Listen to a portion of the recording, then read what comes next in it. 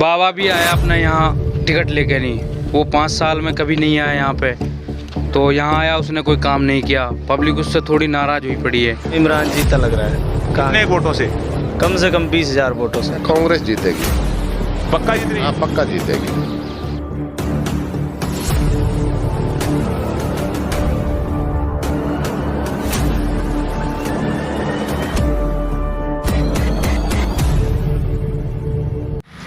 आदाब, मैं फारूक खान, संपादक इकरा पत्रिका, थार न्यूज़ इकरा पत्रिका के इस चैनल में आपका स्वागत है, आपका इस्तकबाल है।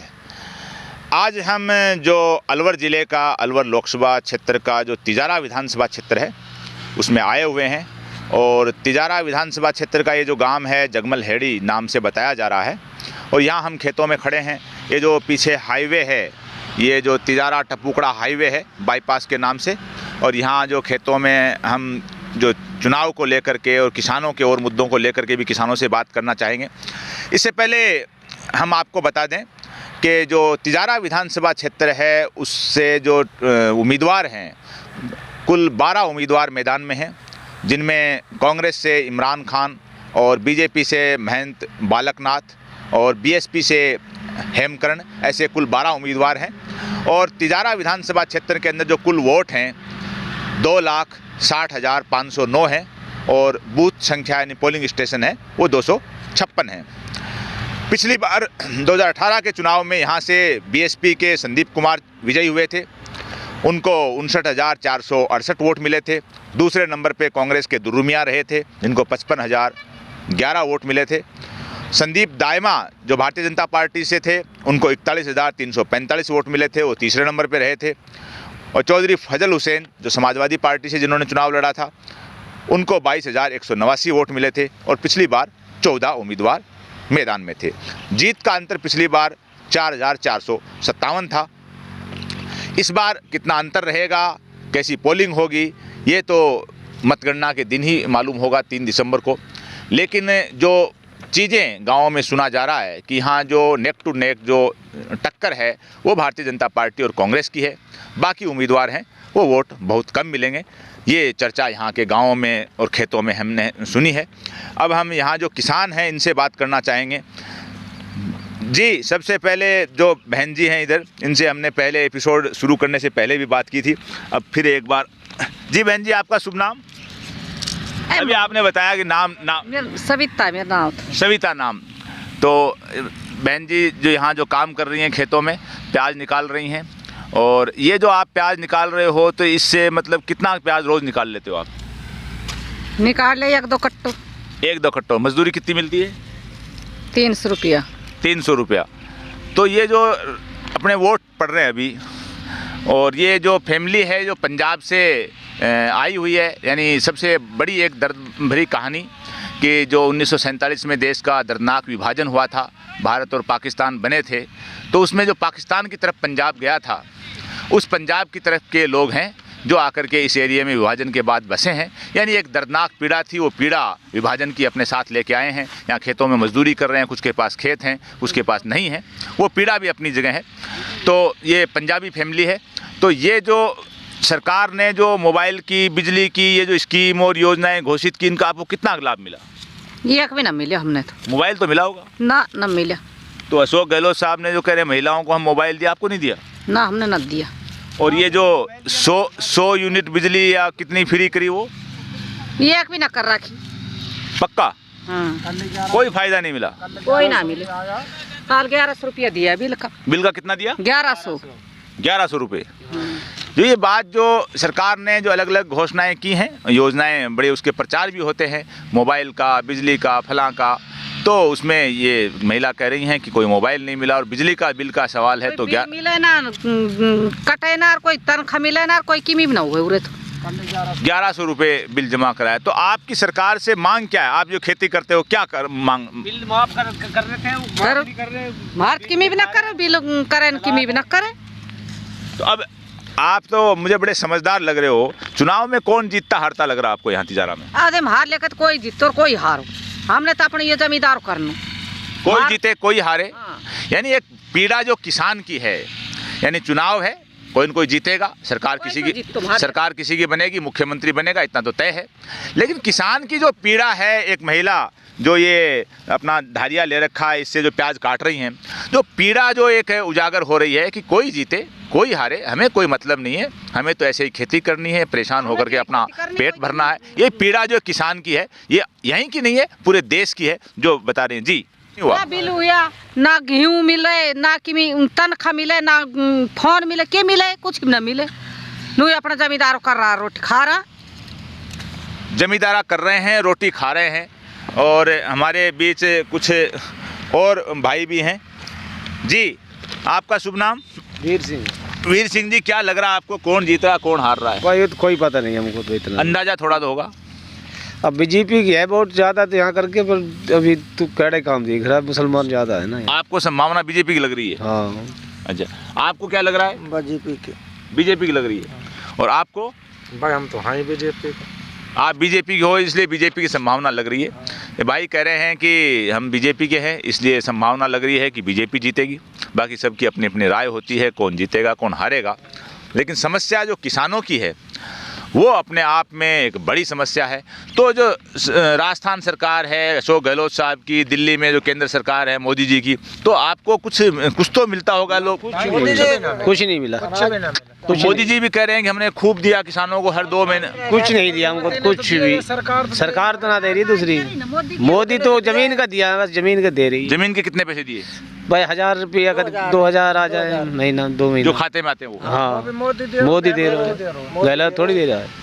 गहलोत ने नहीं दिया। तो गहलोत ने लोन माफ कर दिया, बताएं? ना, किसी के नहीं है, किसी ना करा हमारा, नहीं किया लोन माफ। अब जैसे आप चाह क्या रहे हो, मान लो आपका जो चीज़ क्या है कि आप सरकार जो भी आए नई, या ये आए कोई और आए, तो क्या आपकी मुख्य मांग है? सरकार किसानों को क्या करे? बस सरकारों की बिल माफ होने चाहिए भाई, अपना कर्ज माफ होना चाहिए गरीबों को। आप कह रहे हैं कि आपके पास कितनी जमीन बताइए आपने? खड़े हो आप। 1.5 बीघा जमीन है। आपके पास 1.5 बीघा जमीन है। हाँ। तो 1.5 बीघा से गुजारा चल जाता है? गुजारो चली जाए, जब कोई दे ही ना तो 5 बार ऑनलाइन करवा ले, ना मिले राशन। राशन नहीं मिल रहा? ना मिले, और 10-10 बीघा वाला नहीं मिल रहा।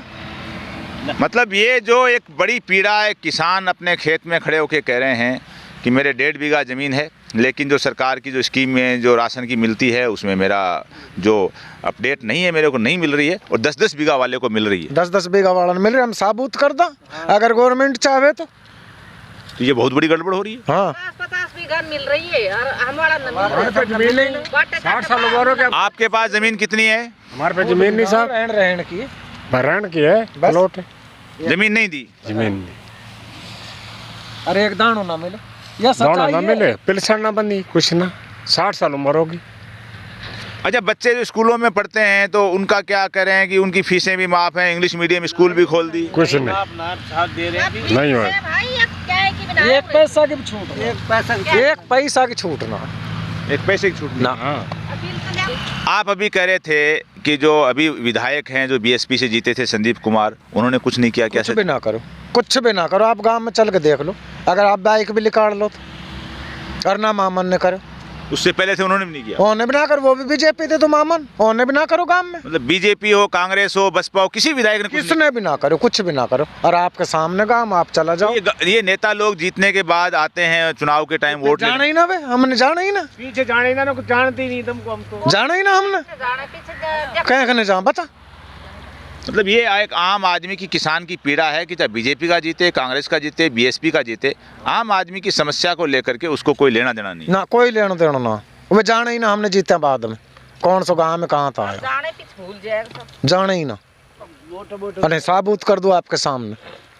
तिजारा विधानसभा का ये शेखपुर अहिर गांव है, और गांव के ये चौक में हम खड़े हैं, और जहाँ खड़े हैं उसके बारे में जो बता दें कि ये जो मकान दिख रहा है पुराना, ये खूबी हिम्मता का बताया जा रहा है जिन लोगों ने इस गांव को बसाया बताया था। और ये जो एक बैठक टाइप है, इसमें गांव की सार्वजनिक है, यानी सभी लोग यहाँ जो भी बड़े बूढ़े आके गांव में चौक में आराम करते हैं, और गांव के लोग हमारे साथ हैं।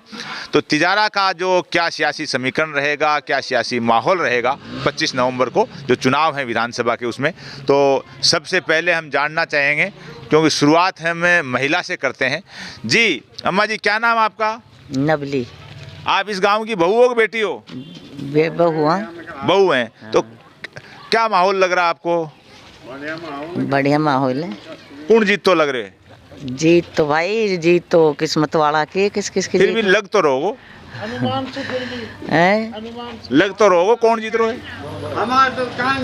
कांग्रेस कांग्रेस जीतती लग रही है। कांग्रेस जीतती लग रही है। शुरुआत से कांग्रेस ही देता है। गांव जीत तो लग रहा है कांग्रेस से, हैं? कांग्रेस जीतती लग रही है। कांग्रेस जीतती लग रही है। जी भैया, आपका क्या नाम है? राहुल नाम है। राहुल भैया, क्या माहौल लग रहा है तिजारा विधानसभा का आपको? माहौल भाई हमें इमरान जीता लग रहा है। कितने वोटों से? कम से कम 20,000 वोटों से। पक्का? पक्का। पूरा तो समर्थन है सारे मोमडनों का, सब 36 बिरादरी का इमरान को। इमरान को 36 बिरादरी का आप समर्थन बता रहे हो। हाँ। और ये जो बाबा जी आए हैं जो यहाँ के एमपी हैं, तो उनका क्या कितना प्रभाव रहेगा? कितने? वो तीसरा नंबर पे आएगा। बाबा जी तीसरे पे, फिर दूसरे पे कौन आएगा? दूसरे पे ओसवाल आएगा। पोसवाल। बाबा जी तीसरे पे जाएंगे जी, तीसरे पे। जी, आपका नाम? जुबैर। जी, क्या लग रहा है आपको? भाई यही लग रहा है कांग्रेस जा रही है आगे यहाँ तो। कांग्रेस आगे जा रही है? हाँ। कितने वोटों से? ये कम से कम भी 30,000 वोटर्स।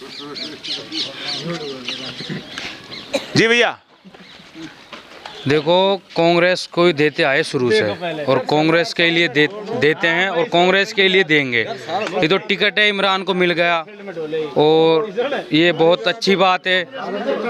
और बाबा भी आया अपना यहाँ टिकट लेके, नहीं वो 5 साल में कभी नहीं आया यहाँ पे, तो यहाँ आया, उसने कोई काम नहीं किया, पब्लिक उससे थोड़ी नाराज़ हुई पड़ी है। तो इमरान का रुझान बना पड़ा है कांग्रेस टिकट का यहाँ से, क्योंकि कांग्रेस निकलती थी। पिछली बार बसपा निकली थी, संदीप दाइमा, उसने भी अच्छा क्या, याद आओ, उसने ने भी अच्छा काम किया था, तो इसलिए रुझान उसी का बन रहा है, कांग्रेस का। अच्छा, आप युवा हो, सियासी तौर पे मुझे समझदार लगे।